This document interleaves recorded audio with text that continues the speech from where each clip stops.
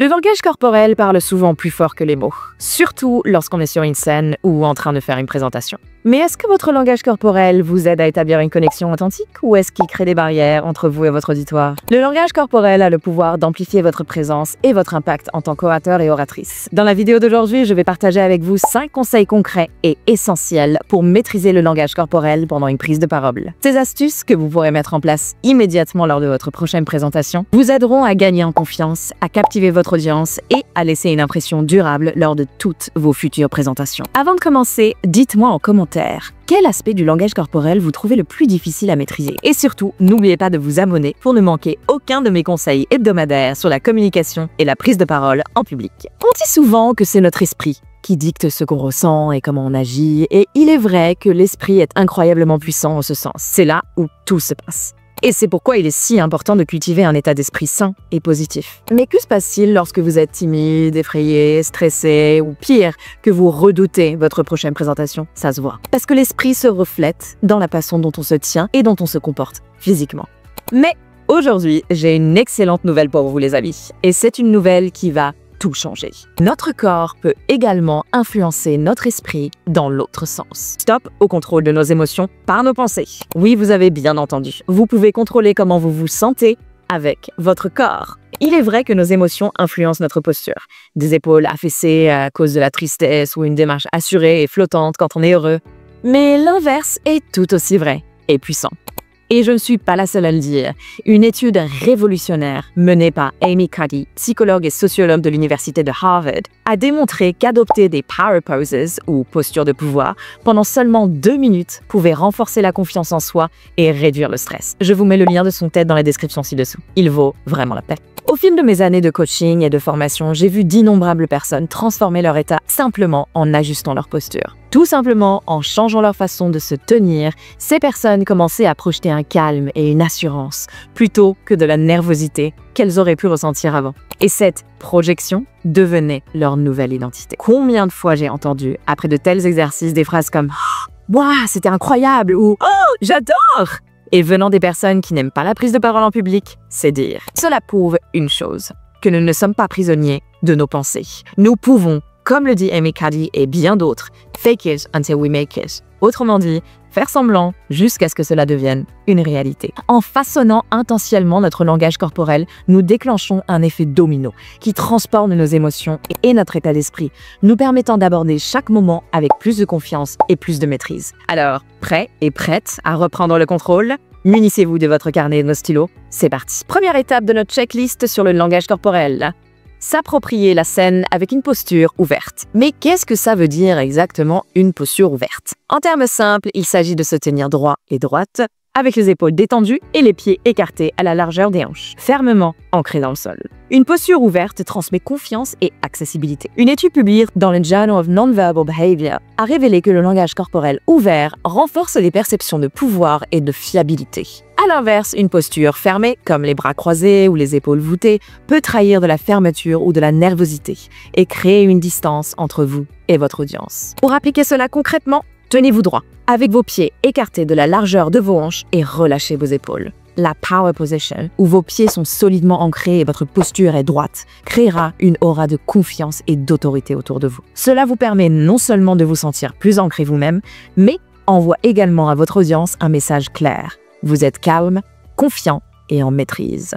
Et ça, on aime. Pratiquez cette posture avant de monter sur scène. Par exemple, comme je l'ai déjà mentionné, l'étude d'Amy Cuddy sur les postures de pouvoir prouve scientifiquement qu'adopter une posture ouverte pendant seulement 2 minutes avant un discours peut augmenter considérablement votre niveau de confiance. Alors, pourquoi pas essayer? Si vous êtes timide et détestez prendre la parole en public, pourquoi ne pas sauvegarder et regarder cette vidéo ensuite, où je vous donne des conseils de comment transformer votre timidité en force véritable. Conseil numéro 2.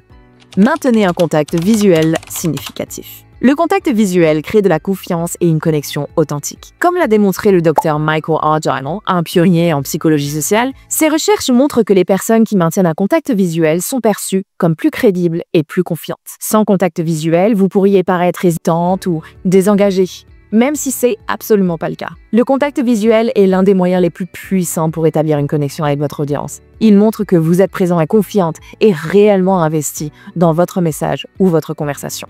Pensez-y, quand quelqu'un évite votre regard, n'avez-vous pas l'impression que la personne vous cache quelque chose, qu'elle n'est pas pleinement engagée dans la conversation ou dans l'échange, parfois même qu'elle ne vous écoute pas vraiment ou qu'elle pense à autre chose? À force, ça peut même sembler impoli. C'est pourquoi le contact visuel est essentiel. Maintenir un contact visuel stable mais naturel rassure votre interlocuteur ou votre audience, établit un climat de confiance et les invite à rester engagés avec ce que vous dites. Il ne s'agit pas de fixer les gens du regard, ça pourrait sembler bizarre aussi, mais plutôt de créer un dialogue calme et silencieux avec vos yeux. Un dialogue qui dirait « je vous vois, je suis là avec vous, maintenant ». Alors voici un petit conseil pratique.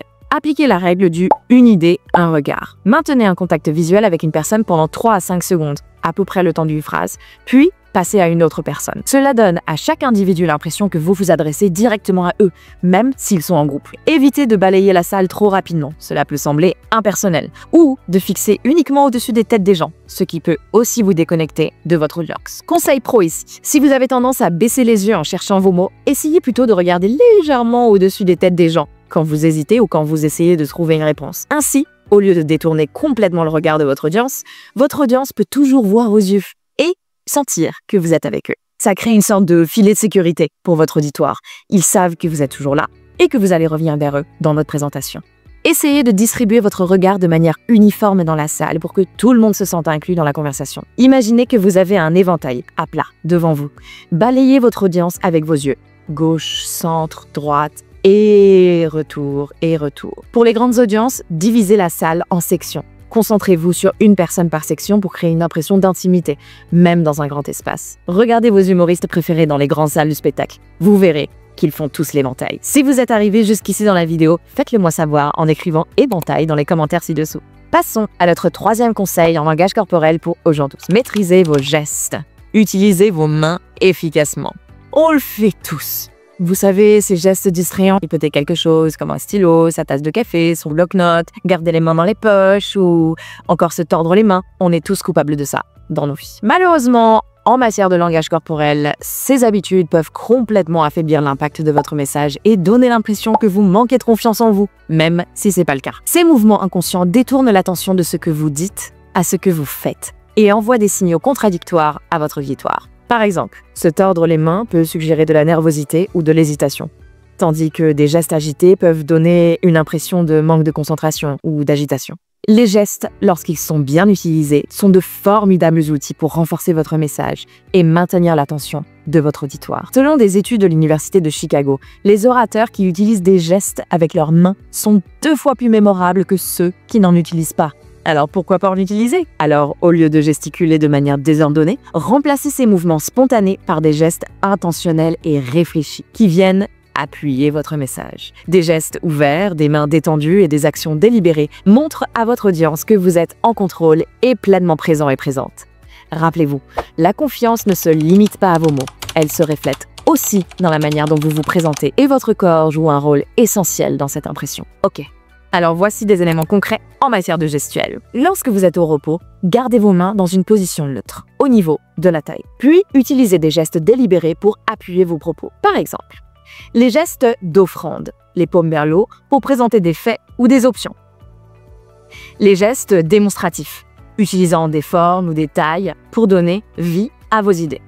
Des gestes tranchés, utilisez une ou 2 mains pour insister ou exprimer des opinions fortes. Évitez de pointer du doigt, car cela peut sembler agressif. Préférez des gestes avec des paumes ouvertes pour paraître plus accessibles. Vous pouvez pratiquer ces gestes avec un ami ou devant un miroir pour qu'ils paraissent naturels et parfaitement alignés avec votre message. Regardez des vidéos de politiciens ou des juristes et observez l'utilisation de leurs gestes. Vous verrez que tout est étudié, travaillé et programmé. Conseil numéro 4, souriez pour dégager de la chaleur et de la confiance. Quand on parle de langage corporel, on oublie souvent de mentionner que le visage en fait aussi partie.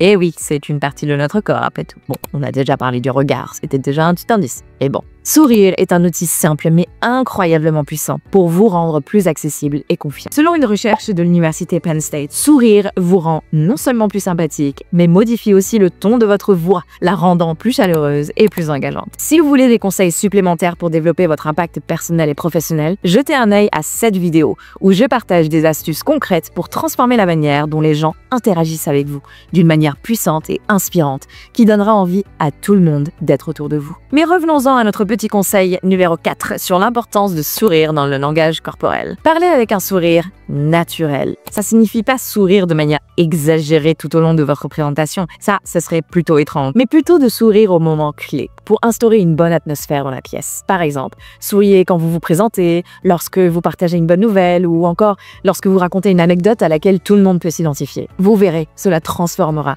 non seulement la perception que les gens ont de vous, mais aussi la manière dont ils se comportent autour de vous. Si sourire naturellement peut sembler difficile au début, essayez ceci. Avant votre discours, pensez à un moment ou une personne ou un souvenir qui vous rend sincèrement joyeux et joyeuse. Visualiser cette image rendra votre sourire plus authentique et plus détendu. Et par conséquent, tout votre langage corporel le sera aussi. Saviez-vous que 80% des personnes qui regardent mes vidéos ne sont pas encore abonnées à ma chaîne? Changeons ça ensemble. Si vous appréciez les conseils pratiques que je partage dans mes vidéos, faites-le moi savoir en cliquant sur le bouton j'aime et en vous abonnant à ma chaîne. Votre abonnement m'aide à continuer à créer du contenu de qualité chaque semaine pour vous. Et surtout, il me permet de savoir que ces conseils vous sont utiles. Parce que c'est ça mon but principal. Et si vous avez un problème spécifique lié à la communication ou à la prise de parole ou à l'acting en particulier, n'hésitez pas à me le mettre en commentaire. Ce serait un plaisir pour moi de créer une vidéo pour répondre à votre besoin et on pourra relever ce défi ensemble.